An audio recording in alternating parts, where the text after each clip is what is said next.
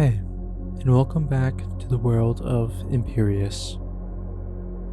This is a continuation of the previous video where I explained a bit about Emris and his new armor. One of the unique things about his armor is his helmet, but specifically the feathers on the sides of his helmet. These feathers are meant to represent the feathers on the phoenix, which is also on the sigil of his house. Not to mention, if it wasn't clear, these feathers are obviously made out of metal, probably out of gold.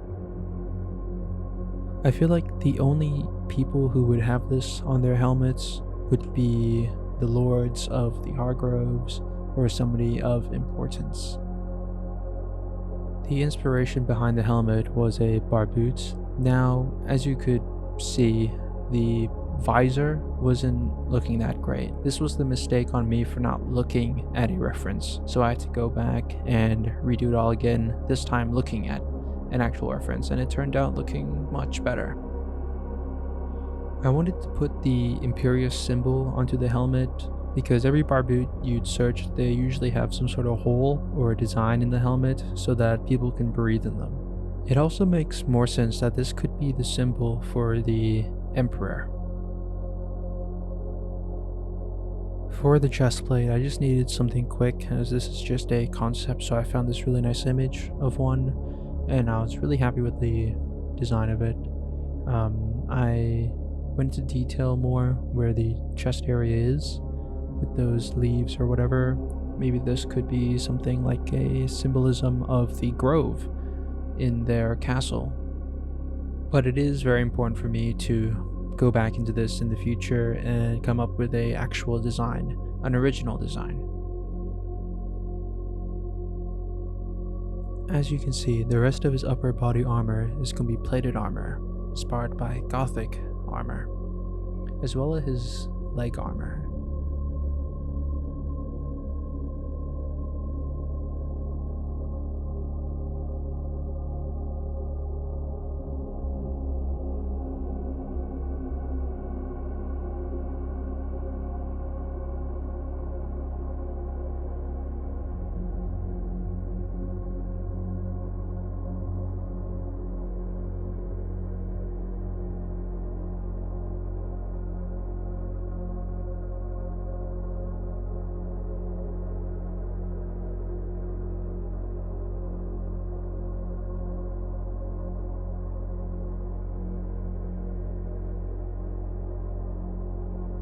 I believe this rope belt worn by samurai in feudal Japan is called the uba-obi.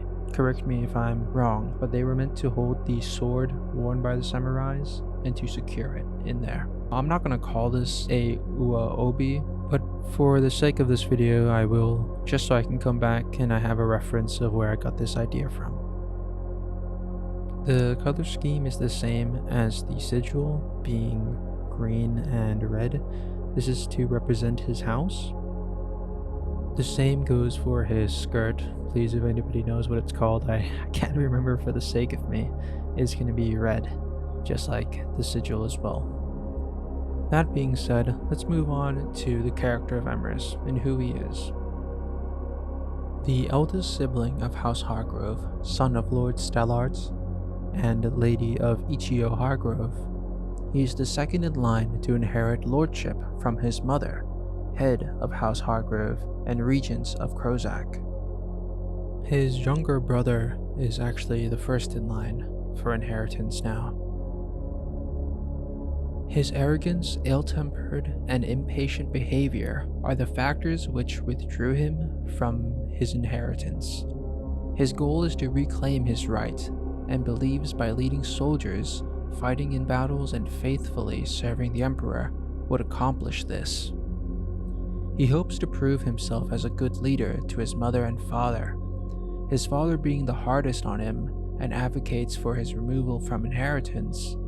His mother, however, babied him and clashes with her husband frequently. However, Ichiyo was not the best either, often neglecting Emris's emotions and making him feeling guilty by making her unhappiness clear.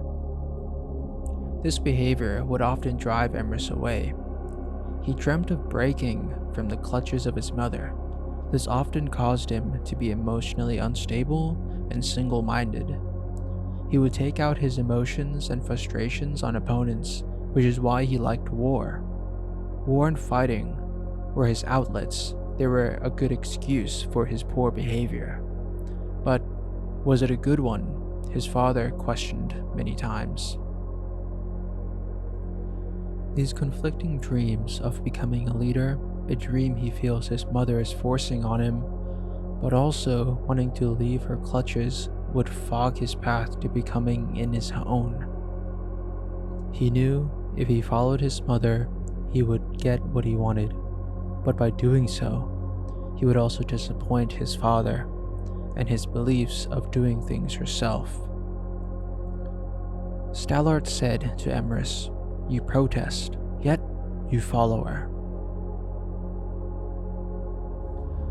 When the civil war broke out between the Militarum and the Hermeticus factions, Stalart and Ichiyo would assign Emris to protect the Emperor's daughter and embark on the quest she was assigned by the Emperor.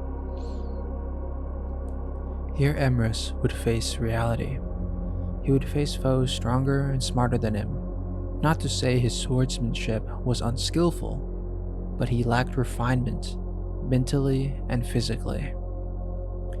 He would embark on his own subconscious quest of self-discipline and self-discovery. The last few spoken words by his father would linger in his mind. It made him question himself. For context, Emris's parents saw it would benefit him to embark on this quest. They finally agreed that Emris will not find happiness if he stayed home. His younger brother was favored amongst lords and soldiers and military.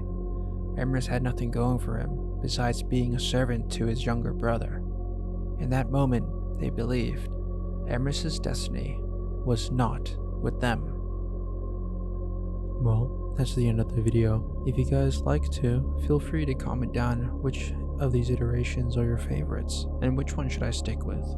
Thanks for watching, guys. I'll see you in the next one.